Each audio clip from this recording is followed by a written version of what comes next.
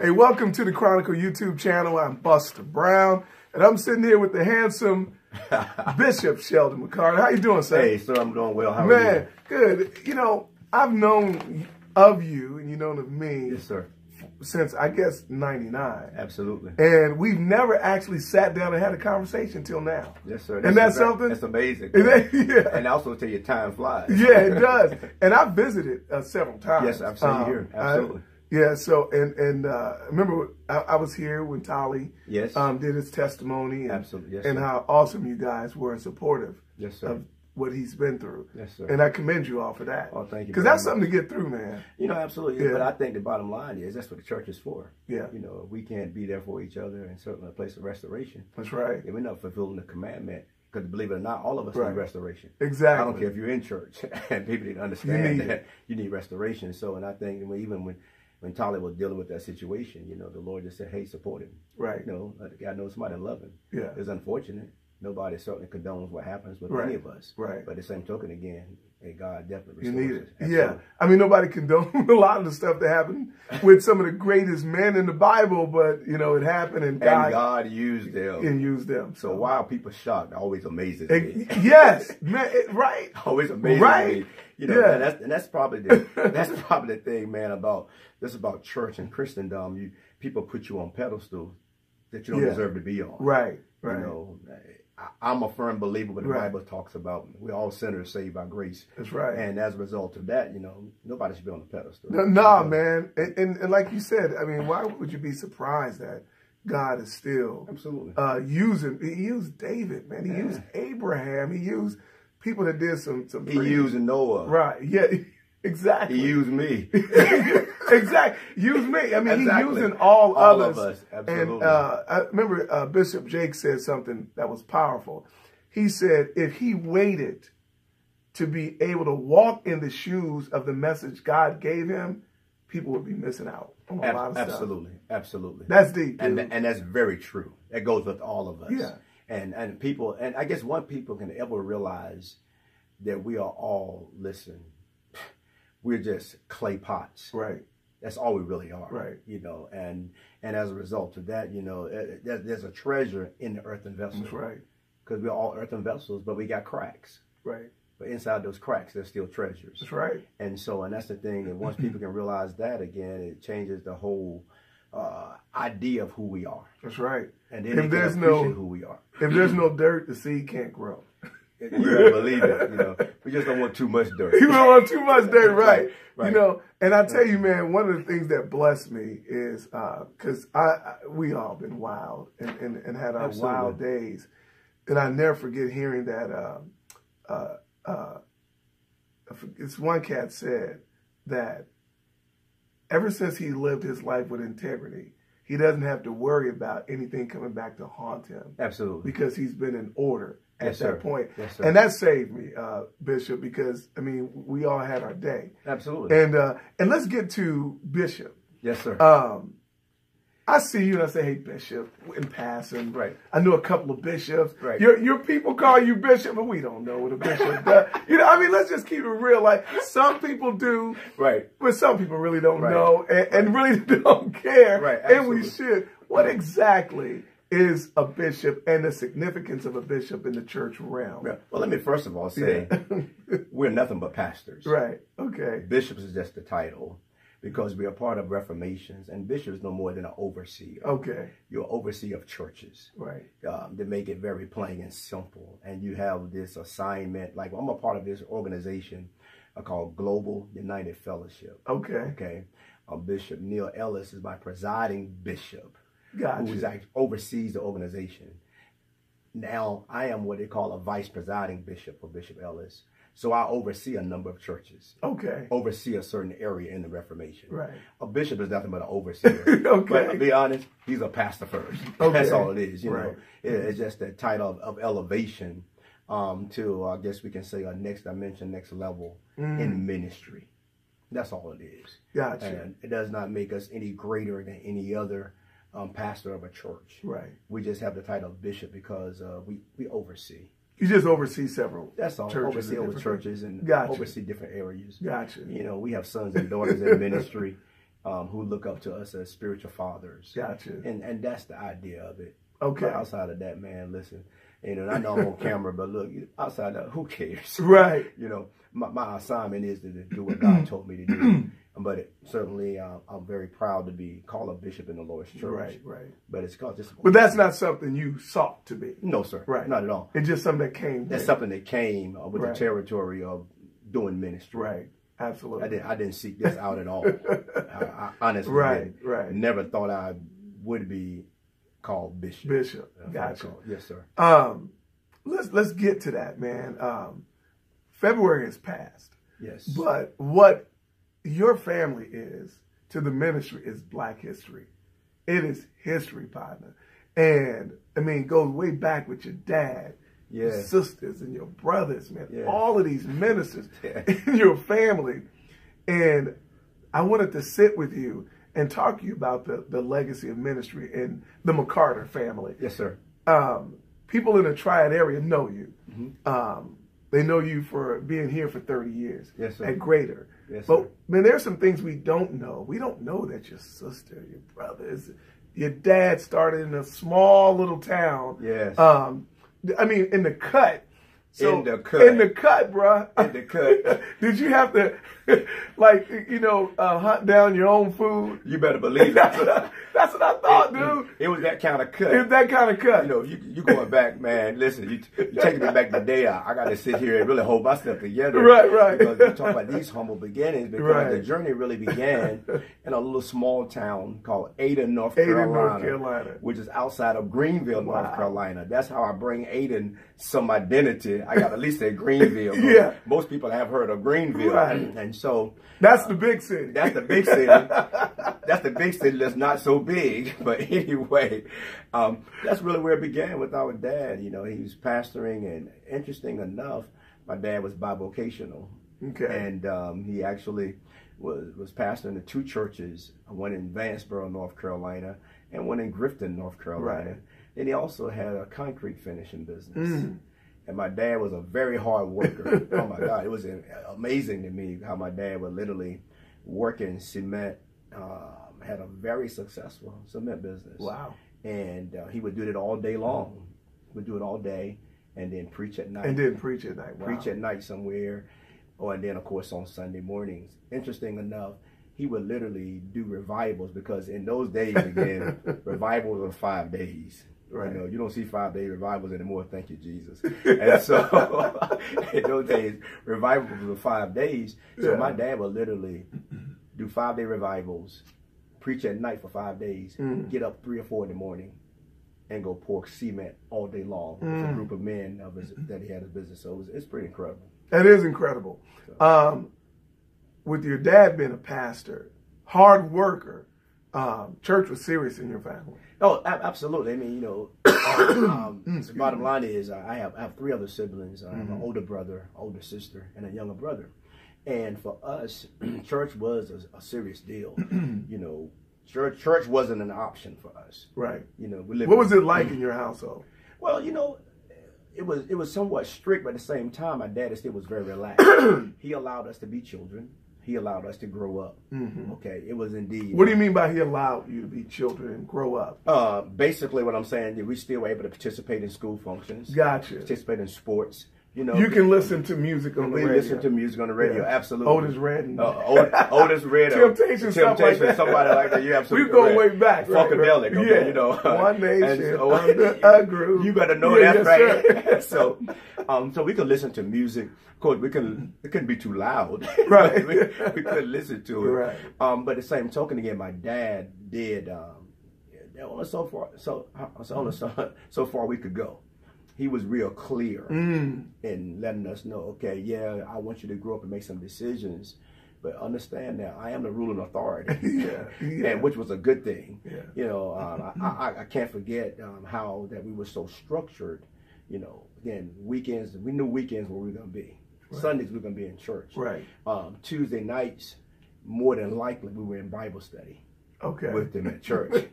And then when he did revivals for 5 days, if it was not football season or basketball season, right. Friday nights, we were in church. You were in church. Yeah, wow. Yeah, we all went to church. So, wow. But at the same time, again, he still allowed us to be children, to do things that children do. Right. So which is important. It was very important. Yeah. Only thing I'll never forget this one time. He was just so adamant about me going to church on a Tuesday night for a Bible study. I had to miss a football practice. Oh. You know, I had to miss football practice to go to church. And it cost me a starting position for 2 games. Wow. I'll never forget that. Wow. And I was really mad with I know you were, bro. And because I was a pretty good athlete. Now, what was his reaction to that? So, the Lord is first. Right. It was a very simple thing. Yeah. God first. You're not going to practice tonight. And I got literally benched for 2 weeks. Because my dad said I had to go to church. Right. And as a child, you don't get that. Oh, I didn't get it at all. No, you know, I was like, Dad, this is not right. Right. You know, and so, but then but that was only one of the few times that it ever happened. Right. I can't recall another time that he actually did that. The thing that was tough too, because all of us, my older brother, and my sister, and myself, we all play sports, and in that day, my dad, because he would preach so much, he missed a lot of our games. He didn't see us play often because he was out preaching. You don't get that as a kid. No. No. You didn't get it. You didn't. No, we didn't get it as a kid. That, you know, we wanted him there. Right. But then we actually adapted to it. Because on the flip side of it, my dad was such a great provider for my mom and his children that I can say without any reservations, as children growing up, we didn't have a care in this world. Right. My dad was that kind of provider. There were times we certainly wanted him to be at the game. I'm sure you guys were looking around. Oh yeah. You know. Oh yeah, you know. But it was something that we were more accustomed to. But believe it or not, in those days though, there weren't many parents that attended games like it. They were working hard. They were working hard. Yeah. They were working hard. So, and I think it was something that we just adjusted to. But we know we had his support. Right. So how long was your dad a pastor? My dad literally pastored in Rocky Mount, North Carolina for 45 years. Wow. 45 years. He pastored that church. Wow. And he went there in 1972, was it? He went there in 72. Yeah. 45 years. Yeah, wow. 72. Yeah, 72, yep. And as a kid, you would mimic your dad. Absolutely. Yeah. As a kid, and I knew I was going to be a pastor. Right. You knew early at some point in my life. I said, listen, I'm a preaching pastor. Right. I know I'm going to do that. Wow. I'm going to do some other things before I get there. But you're going to be ultimately I'm going to be a pastor. Right. And what made you mimic your dad? Basically, your dad became your role model, your hero. He was my role model. James Brown. He was. Your He was role model. He was definitely my role model. Right. And I think that, it was just a part of me seeing him do that every day, every week of his life. Right. And it's something I gravitated to and said, I want to do this. Right. So literally on Sundays, he would go preach. Sunday morning, we'd be in church. I would get home in the afternoon and put on his big shirt, calling it my robe. Right. And get in front of my mirror. Wow. With a Bible in my hand. Read a scripture. Wow. Give a subject.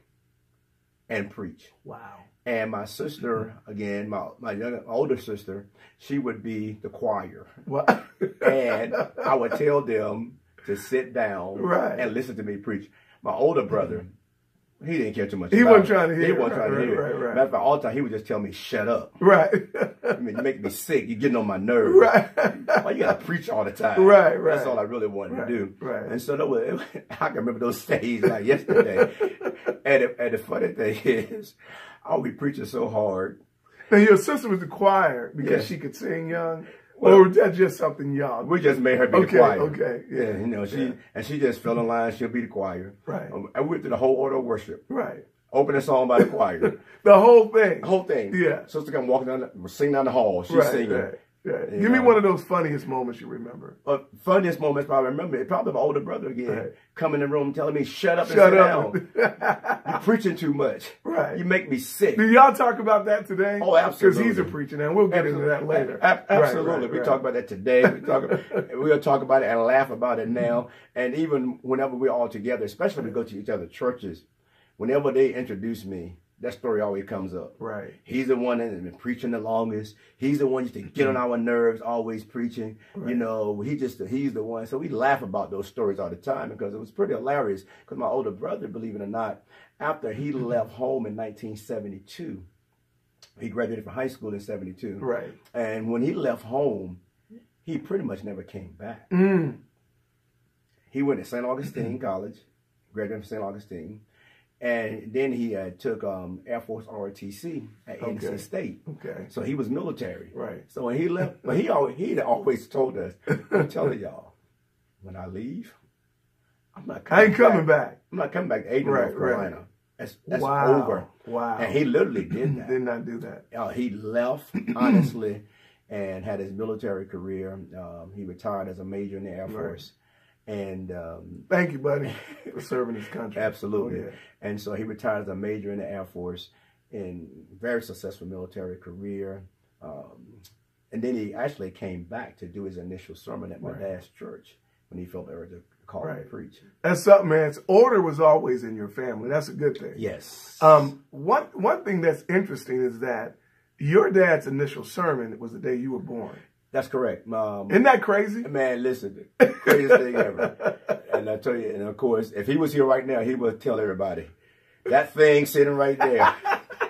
That's his favorite words. That thing over there. My wife could not even hear my initial sermon because that thing right there had to be born. Couldn't wait. Couldn't wait. Wow. Couldn't wait. Wow. And that was, again, he started preaching the month I was born. I'll be 57 April 10th. Right. And so he would always tell that story. And my mom, when I went into ministry, she will always tell people that I'm not surprised he's preaching. She said, because the Lord told me while I was in my womb, I called him to preach. Wow. She said, her words are, you were anointed and you were called to preach. Wow. I never forget that. So you don't have that story of, when I was called, and I knew you knew young that you were going to be called. Have you ever thought, as you got closer to absolutely walking in that calling? No. As a matter of fact, I never forget this. And when I accepted a call to ministry, so I would preach, I go to my dad and I say, hey, Dad, I've been called to preach. And my dad says, okay. He said, I always knew you were called, but I never would discuss it with you because I never wanted you to preach because I'm a preacher.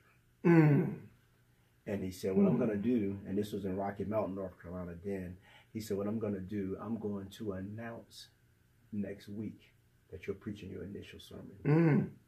Were you ready for that? The next weekend came. Well, of course, there was a preparation period. Right. But the next weekend came, and I went to him and said, I'm not going to do it.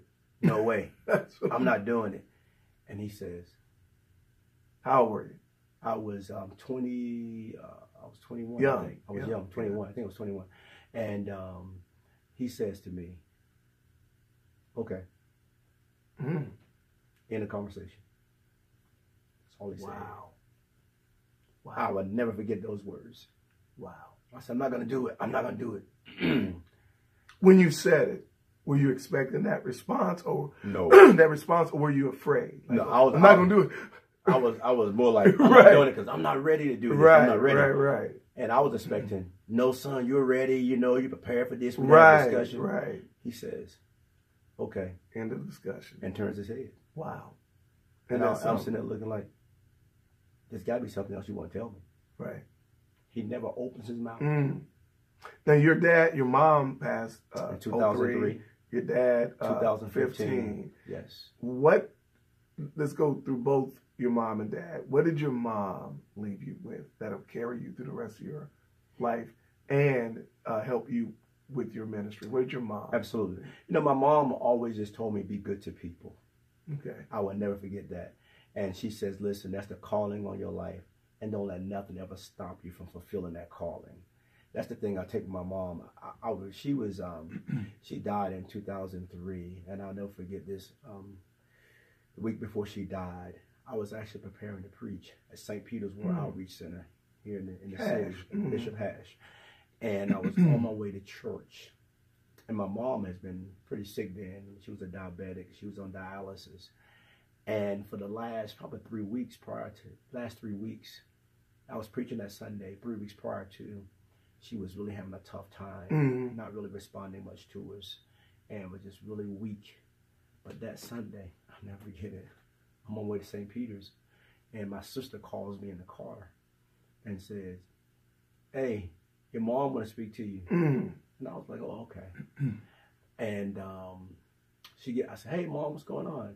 I talk to my mom literally every day when I moved here. Every day of my life, I would call her, thank you for 2 minutes. Just say, "Hey, Mom, I love you," whatever.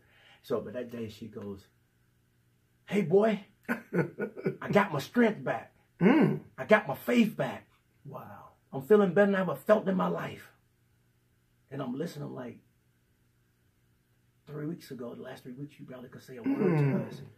And she says, "I got my faith back." She said, "What you doing?"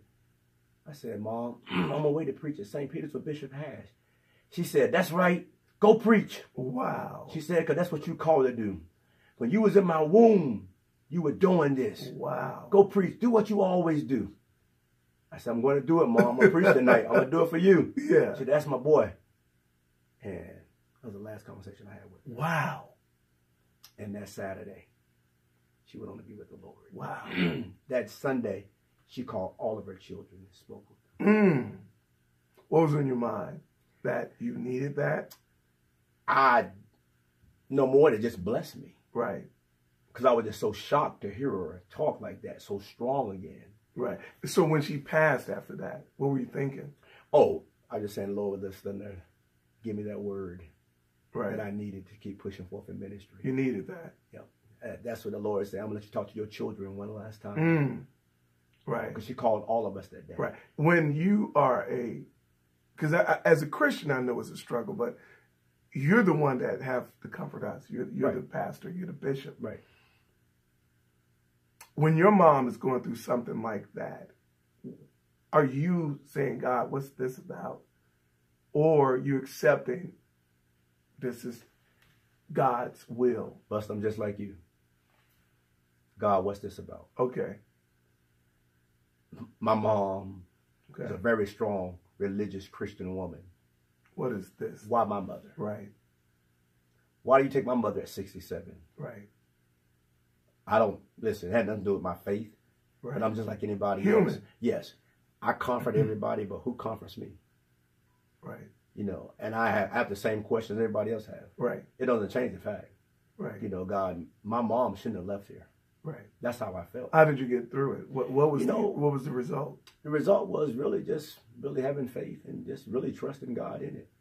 I didn't like his ways, but I still trusted him. But you still trusted. You know, one of the things I say all the time, you know, people needed to hear what you just said. That was good. I didn't like his ways. What happened, but I trusted. Yeah. Right. Listen, I tell people all the time, you got to trust God when you can't trace his hand. It's good. You can't, because you can't always trace his Same hand. thing with your dad. Absolutely. You know, the thing about our dad's death probably prepared us a little bit longer because my dad would die at 83. So he had a long life. He lived a good long life. 67 is yeah. So, you know, it was definitely it still hurt us that my dad died, but at the same token, we still celebrated his life, as in my mom, but my dad's celebration was different because we knew that he had lived a long life. You know, it was still painful for us to go through that process, especially knowing he died of Alzheimer's disease. And so, you know, and that was really hard because when your dad don't recognize you, that changes the game. I went to preach for my dad. It was his pastor's anniversary in Rocky Mountain, North Carolina. He invited all of his children to come home. He wanted all of us to preach one Sunday for him. And I get into his house on that Saturday. And my dad says to me, "How you doing, brother?" And I said, "I'm not." Oh, wow. I said, "I'm not your brother." He said, "Well, who are you?" Who are I said, "I'm your son, Sheldon." And he says, "Thank you, sir." Wow. And then he goes, "Where are you from?"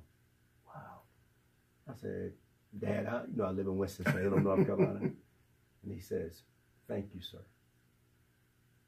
And his mind wasn't there. And it was still bringing to church. And that Sunday morning at church, I preached. For 1 hour, my dad could not understand where he was in church. He stood at the altar in his church and wouldn't move. People couldn't get him to sit down. He was defiant, you know, and nobody could get him to move. My sister, who had literally taken care of my dad, tried to get him to sit down. He's like, I'm not going nowhere. I'm staying right here. And it was really a tough scene for us. And then I can get in tears thinking about this part of it, because after he does this for an hour, he has a moment and he comes to himself. He said, give me the mic. And we were all afraid to give him the mic. We know what he might say. Right. You know, your mind is like that. And he gets the mic and says, Sheldon is getting ready to preach. And I started wailing in the pulpit. Yeah, I can imagine. Because yesterday he couldn't call my name. He said, Sheldon is getting ready to preach. Hear him. And he goes, sit down. That's deep. And that is deep. And I said, that is deep.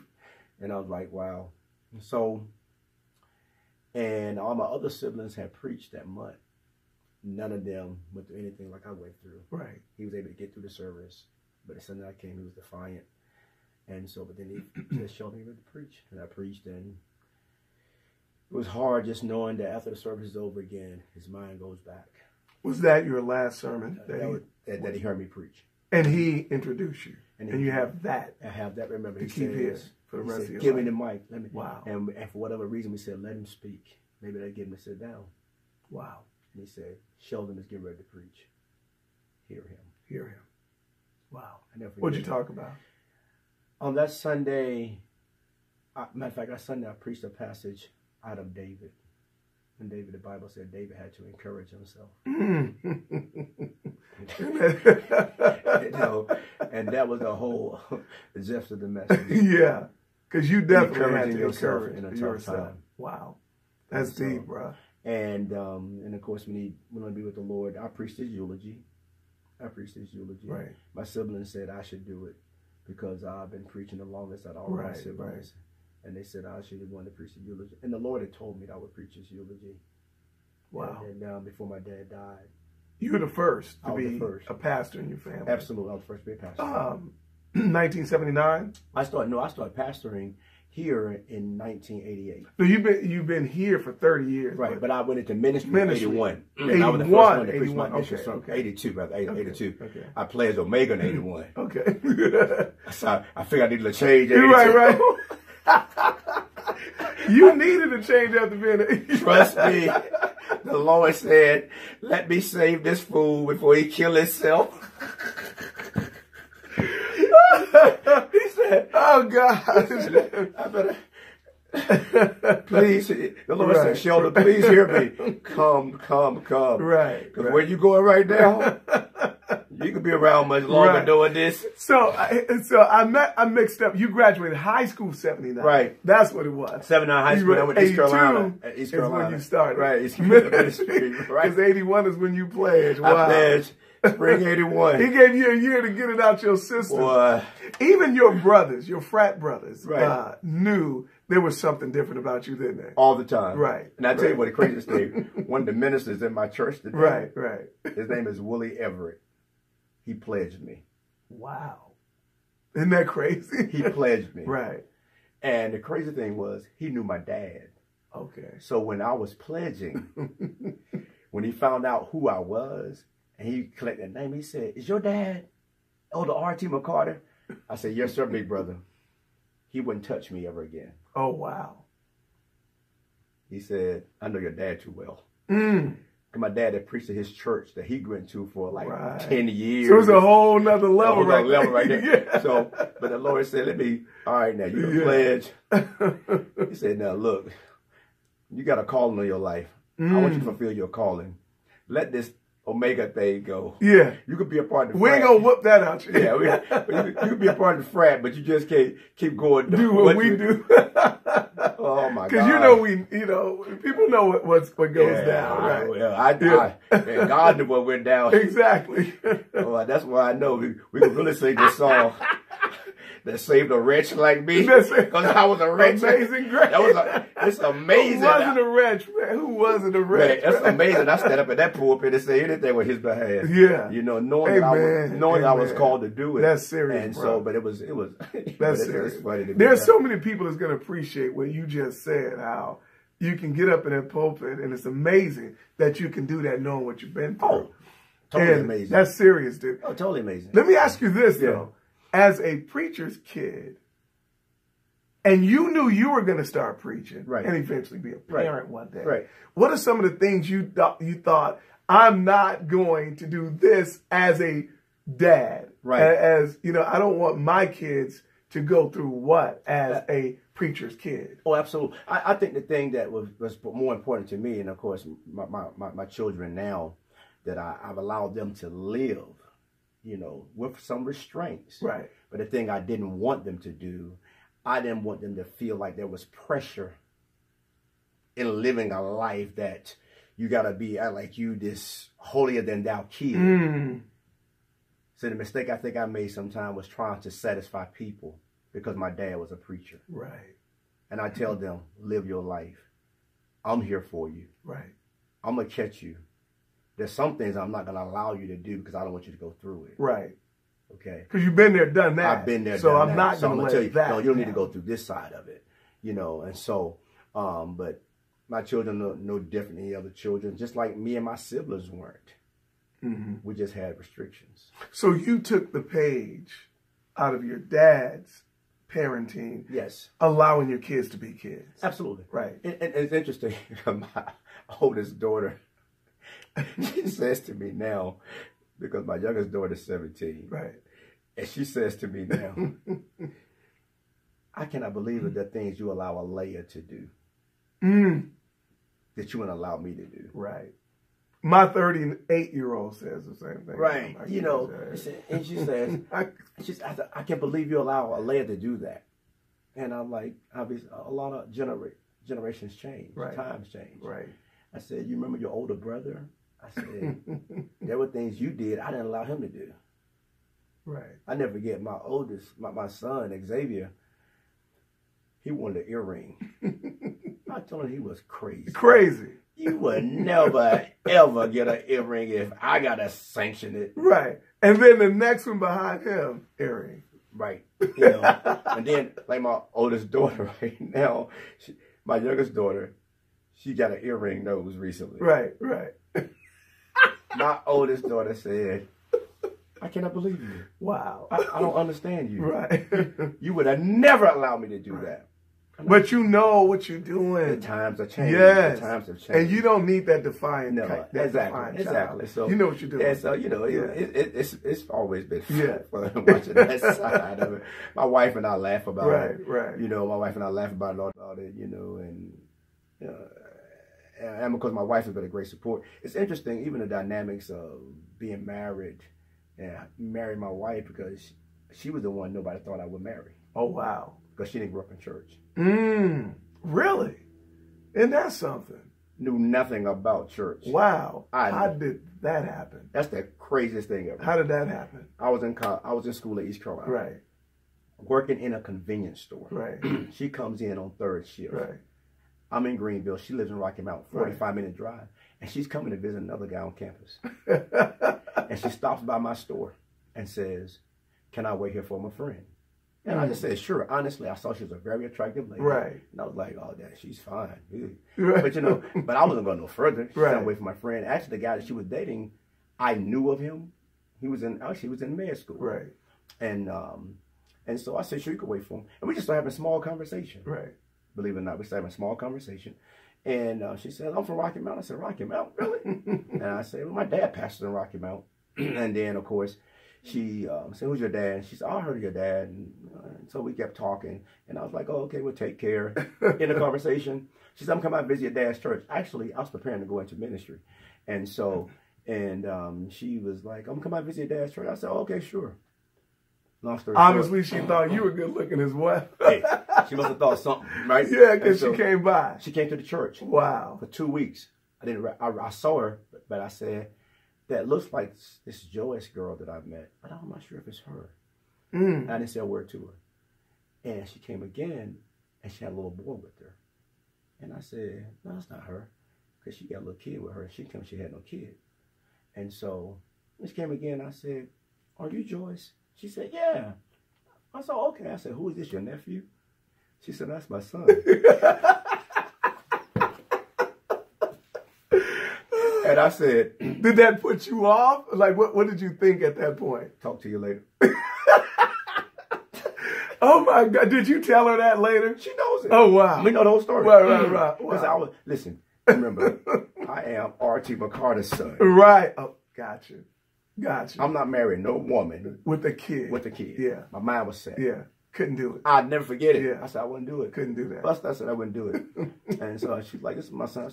I said, oh, okay. I'll talk to you later. Yeah. She kept coming to church, and believe it or not, she kept coming to church, and we started having conversation. And I would probably tell anyone, it's probably the greatest thing that happened to my wife and I. We were really friends before we call ourselves falling in love. We used to literally go out together and have Bible study together. Wow. Nothing else. Didn't hold no hands. There was no kissing. There was not anything. It was just strictly friendship. Oh, friendship. Right. Then we fell in love from there. And how long you been married? Maybe 34 years. 34 years. When you have a relationship, the beginning built on a friendship.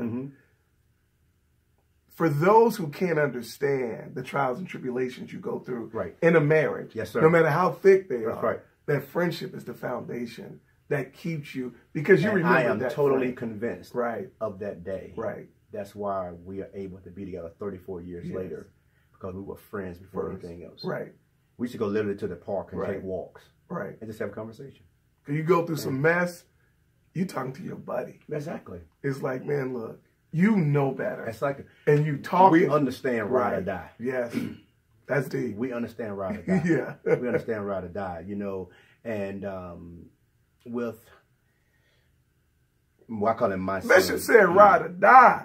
You better know it. She is my ride or die. Bishop said ride or die. Anyway. And that's the truth. You know, she's been riding. And right. What's up, Joyce? And so that's exactly right. And sometimes the road's been bumpy. Yeah. Yeah. But she was determined to hang on. Hang on in there, man. And so, and because she knew the man. Hey, and exactly right. Yeah. And that's you know, cool. and it was a good thing. And even when I call him my son, because he's been in my life ever since she's been there. Oh yeah. And I know nothing else about him. How old was he at the time? He was 6. That's your son. Yeah. He was. That's 6. a long time. He was 6. And the crazy thing is, she used to get mad with him because I would hang out with him when I would hang with her. I would tell her, listen, we're going out tonight. We'll see you later. Right. You stay home. Yeah. And so, but yes, you know. That was important to build that bond with her. It was very important. Yeah. You know, it was very important, especially when I had this idea. I would never ever marry a woman with a child. Wow. And that's something, man. So you became a pastor after your dad. Right. Who was next? My younger brother was next. And then who followed? My sister. Your sister. And then my older brother. And then your oldest brother was the last. He's the last one. Isn't that something? The first shall be last. Wow. Wow. What are some of the things you experienced, all of you experienced as children, that put that doubt in you to become a minister? That's a big responsibility. Oh, absolutely. Watching my dad go through the things he went through as a pastor. Right. That was disheartening. Give me 2 things that he'd been through that you thought, I could never take on this mess. Dealing with betrayal. Dealing with betrayal. Betrayal is the worst thing that I saw him go through. People who I thought would never walk away from him. Walked away from him. Walk from him. That's heavy. People who I thought would never turn against him. Turn against him. What's that other one? Probably always think you gotta live your life to please people. That's a challenge for ministry. And then also, people don't always know how to accept the idea that I work in ministry, so I should live just like anybody else should live. I should have nice things. Okay? Prime example, someone could be working at a corporate job.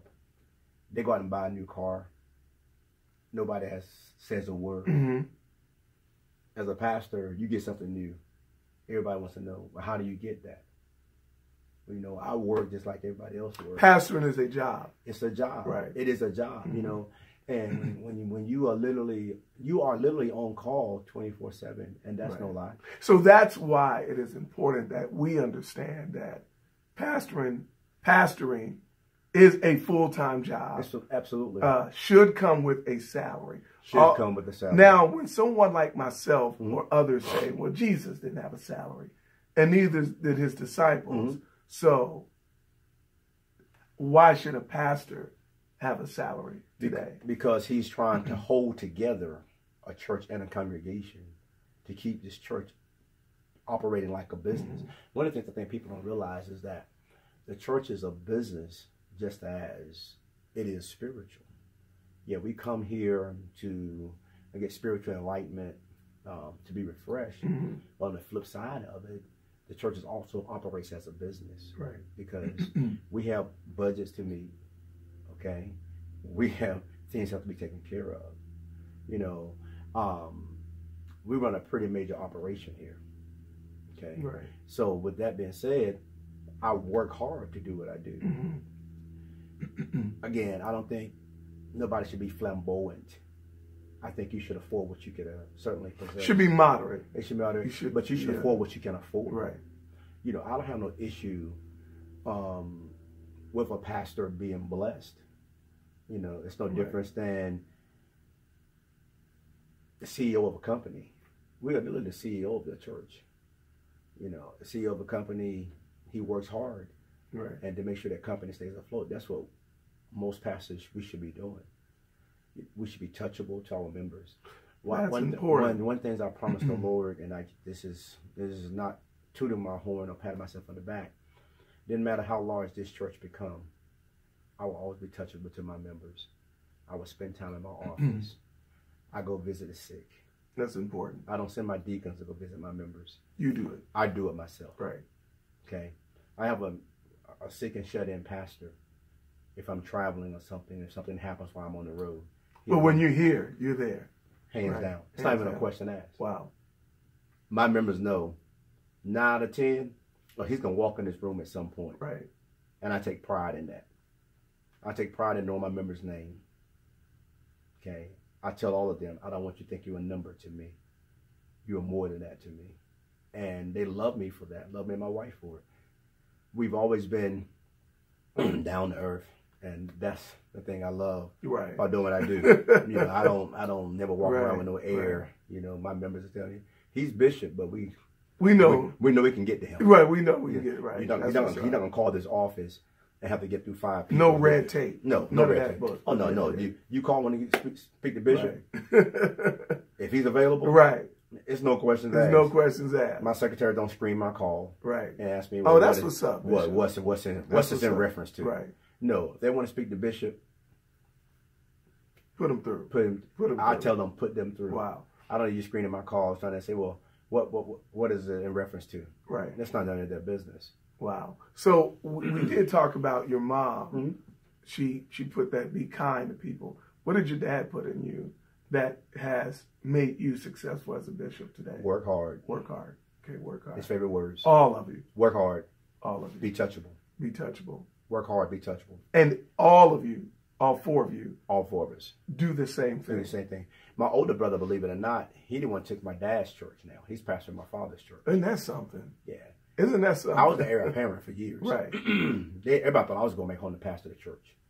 But because our church took off here, it kind of eliminated me. Right. But I was the heir apparent. So you have, it's 4 of you. Right. All pastors. Everybody's pastor. You've been the longest. Who's been the second? My younger brother, Tiff. Tiff, how long he's been? He's probably been pastoring, preaching. I've been preaching this is my 36th year. He's probably been preaching 30 years. Okay, and then your sister? My sister is probably like 25. My older brother probably like 22, That's 23. a lot. That's a lot. Yeah. Christmas come along, holidays, birthdays. What are y'all talking about? I mean, are y'all talking about the Bible? Did you read Psalm 16 isn't that a trip? I mean, are y'all wilding out like everybody else? Yeah, like everybody else. Okay. Say, Christmas at our house. Right. Yeah. Nobody's drinking. Nobody's smoking. Nobody's, those things. But you're doing all the other fun stuff. Other than that, right. You would never know we were preachers. Right. We don't sit around talking about Jesus keeping near the cross. Right. We're in there like everybody else. Right. We are falling out laughing. Right. We're throwing things at each other. Conversation is as crazy as you would imagine. Right. It's a typical home at Christmas. Okay. It's typical situation. No different. Literally, the only thing that we do different probably is generally on every Sunday morning. Right. All of us are on the phone. Oh, that's what's up, man. Talking about what you preaching about today. And we all give each other pointers. You should say this now. Wow. You should say this. Now, when you get to this point, say this right here. Do you critique each other? Oh, absolutely. Wow. Are you rough on each other? Oh, yeah. We'll tell man, I don't like that. Do you put each other in check when you know somebody stepped out of line? Oh, yeah. We'll check each other. And you're not walking in a will of God. Oh, yeah. We'll check each other. And are you tough on each other? We don't play the game. Gotcha. We don't play the game. My dad was like that. Now, are there any differences in your ministries? You know how there's a church right up the street that may be a little different than the way you preach. Is there differences? With the siblings? Yeah. Absolutely. Matter of fact, it's interesting because, like for me, for instance, I am a teacher, preacher, encourager. Right. That's my style. Right. I don't think I'm a T.D. Jakes, but people have said that my preaching is on the style of a Jakes. Whatever. I've heard that numerous times. It is. I've heard you say that. And I tell you, and our older brother is interesting. He doesn't minister like any of us. Wow. He walks in what they call a prophetic ministry. Prophecy. Okay. Healing ministry. You ever seen the guy Benny Hinn on TV? Mm-hmm. We call him the Benny Hinn of the family. Okay. That's what we call him. Because that's the thing that he really, that's his gift. Right. His gifting is to pray for people to be healed. Wow. That's really his ministry. Right. So everybody have their own gift. Everybody have their My younger brother, he's, he makes me sick, to be honest. I can't stand him. Because he can sing and preach. Okay, he can sing and preach. Wow. I tell him, I say, man, listen, if you messing up preaching, you can stop and start singing. Right. People forget about what you said. I said, in my case, if I don't hit a hole right there, doomed. Right. It's so funny because we have just a great time that way. And my sister is kind of just a mix of all of us. Wow. And each person have their own church. Everybody has their own church. Wow. Everybody has their own church. Isn't that something? And your mom and dad lived to see this happen. They saw all of that happen. Wow. Every last bit of that. Wow. And they were just amazed, And that's but again, you talk about the family again, how we interact with each other. It's kind of funny because see, our phones, our names, we all got code names. Right. Which I dare not mention on the I got you. On set. Because the first thing I'm thinking, what's your code name? But then I realized you can't do that, right? My younger brother's code name. Right. I can't tell you what that is. Exactly. I would get in trouble. Right. It would be, but I would tell you what he calls me. I had a problem tell you this. And my code name for him, he calls me Osama. Oh, wow. His phone rings and it says Osama. Why Osama? He said, because nobody can tell me nothing. I'm a dictator. My sister, my younger brother needs Jesus. He needs him. When my sister calls him, it comes up other brother. Other brother. It's because she preaches like a man. She's like a man. Oh, that's hilarious. That's hilarious. And your brother's crazy. And then my older brother, when he calls me, it comes up in my phone as Demon Buster. Demon. Oh, I like that. Okay. Because he said he's looking for a devil all the time to cast out of somebody. And so, again, and you notice I did not tell you what my younger brother comes up in my phone. You can't say it. I would tell you that off the set. Oh, man. That is crazy, man. It's good to just see this side of you. And I'm sure lots of people enjoying this side of you. And the intimate side of you when you about to go in tears about your dad. Man, that's an extensive legacy in ministry. Where does you see ministry lacking, and where does it go from here? I think that the place that I see it lacking is I think the church sometimes is just not adjusting to the times. Okay. You know, this theologian named A.W. Tozer, he said something that was so powerful. He said, the question is, what is the greatest problem in the church today? And he says, most people say legalism, you know, the whole do what you want to do movement, you know. And he said, but that's not the biggest problem in the church. He said, the biggest problem in the church is the dictatorship of the routine. He said, when the prevailing principles remain the same, church is lacking because we're not adjusting to times.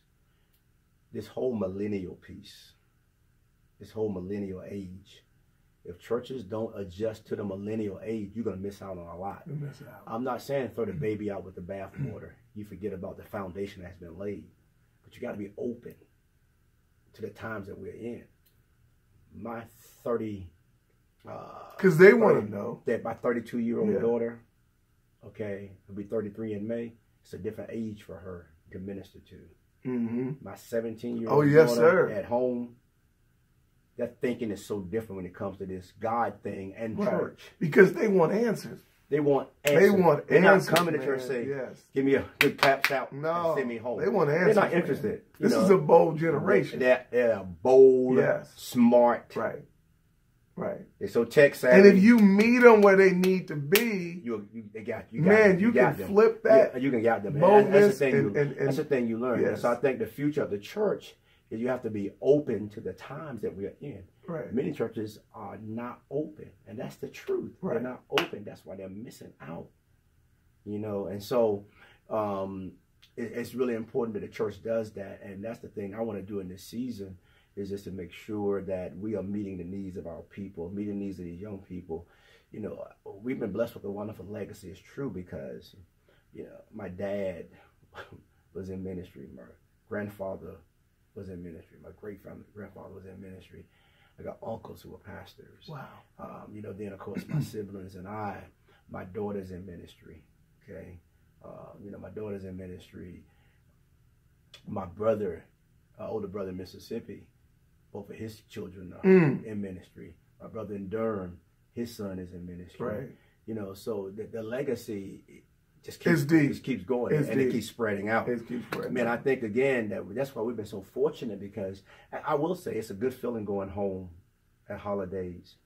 You know, everybody's gonna be there. Right. You know, that is a good feeling. Do you believe in each other? You trust each other? Oh yeah, we do. Right. We literally talk almost every day of our lives. So if one of you pray for the other, you're like, I know. Oh yeah, we'll come together in prayer. Oh, it's coming. Absolutely. It's hearing this brother and this sister. Oh, that's serious. We'll call either one of us. Wow. And say, hey, pray with me today. That's good. That's good. Okay. Because I believe you are there. Right. That's good. And so, and that's really important for us again. And there's nothing like family. Right. You know, this whole family. It's really not, especially when you have a family of ministers like that. I really enjoyed talking to you, Bishop. Oh, man. It's my pleasure. And let me kind of end with this is, you say when you and your wife met, you were friends. Yes. That's your ride or die. That's right. If it wasn't for Joyce, where would you be? You make me tear up again. Okay. If it wasn't for Joyce, where would you be? You know, I believe in soulmates. I believe that God really ordained somebody for your life. And I ask you that based on all the things you did. You've been through some stuff. That's exactly right. And that's the thing. Right. You know, she stood with me. She's walked beside me. She's been there to catch my tears. She's been there to hold my hand. Matter of fact, to be honest, she's my #1 fan. And if it wasn't for her, I wouldn't be in this position. You wouldn't be in this position. To be honest, Busta, I'm about the humble beginnings of this church. We were on Cleveland Avenue, 30 people in church. And I'll be preaching. And nobody be saying nothing. No amens in church. And I'll hear a voice saying, preach, honey. It's going to be okay. Over and over again. Preach, honey. It's going to be okay. Even today. I don't care where I am. If nobody else in that place says a word, I got one voice that's going to be heard. She'll tell me in a minute, I'm with you through thick and thin. We're in this together. In this together. Your kids. And if she wasn't where she was, my ministry would not be as successful today. Wouldn't be successful. And that's the bottom line. Amen. I have to give her kudos. There you go. What role do your kids play in your life and the foundation of your ministry today? It's so important because, number one, people see that family structure. It gives them hope. Amen. It gives them belief in family. You know, so that's why I'm grateful that my kids love God. And your kids and your sibling kids are all tight as well. They are very tight as well. And that's the thing, you know, and the crazy part is we're very tight, but we don't have no family reunion. That's crazy. Why not, man? That is wild. You know, I've never had one. We just get together. We just get together holidays. Right, and that's good enough. And that's what we do. In closing, what am I going to get when I come visit Cleveland Avenue? What am I going to leave with when I come to Greater? You're going to leave with principles for living. You're going to leave with a how-to message. You're going to leave encouraged. You're going to leave saying, you know what? I believe you're really going to have an encounter with God. Right. And I guarantee you, we're going to meet you where you are. With all the things that you've been through, and you know people heard stuff. Right. What would you say to men about where you are now? Keep living.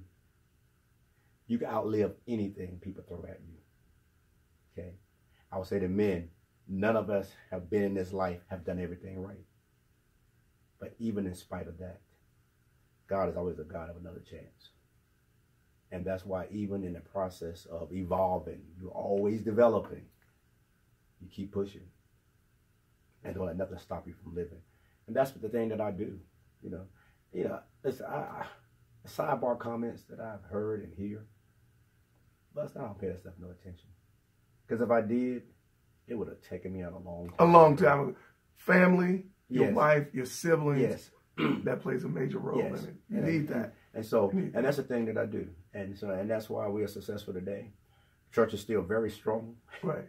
That's the joy of it. What is your biggest challenge with being a minister in your life? Your biggest challenge in being a man of God? The biggest challenge is I just hate being put on a pedestal. You know, people don't think you should. Number one, the people just don't let you live. You know, matter of fact, if I want to go listen to some good jazz. What he doing here? What he doing here? But you do. But I do. You got to do it. And right. My drummer in my church, his name is Calvin Napper. He played for Frankie Beverly Mays. Right. Been with me 20 plus years. Right. What are you doing playing with Mays? What are you None doing of that. before I let go? Exactly. If Frankie comes in town and I want to go see Calvin perform, if me and my wife decide to go, some going to accept it, but there's another group that's like, wow, I cannot believe. Isn't that something? I cannot believe that he's here to do that. Now, have you ever kind of pushed that kind of an image on others, and that's why they're holding you accountable? Absolutely not. Absolutely not. Never. Okay. Well, that's absolutely not. Wow. Because God is so much bigger than what people make him. Right. And God is so much bigger than what people make him. Right. That's why I think a lot of people that's why I think a lot of folk gonna be shocked when they get to heaven. Right. Who they gonna see? Absolutely. And not see. And not see. And not see. They're gonna be so shocked who gonna be in heaven. They're gonna be, because God's grace is so much bigger than what people make it. That's right. Amen. They don't have a clue. They make God out of something that nobody really wants to serve. Right. You're right about that. That's why a lot of young people won't come to church. Right. Because you think you can't live, man. You can't. But you can. You can live. So come to church, young people. Yes, and you can. You can have the most fun right here. Most fun. Because at the end of the day, wherever there's a spirit of Jesus, there is freedom to be who you are. Right. 100%. Whatever doesn't need to be there, Jesus shave. We are all work in progress. Amen. I've been doing this 30 years, and he's still working on me. Still working on you. And as long as you're in this, he's going to still always work. I will be perfect when I get to heaven. Appreciate you, Bishop. Yes, sir, man. Yes, sir. Thank you, man. Bishop Sheldon McCarter. Yes, sir. Yes. All right.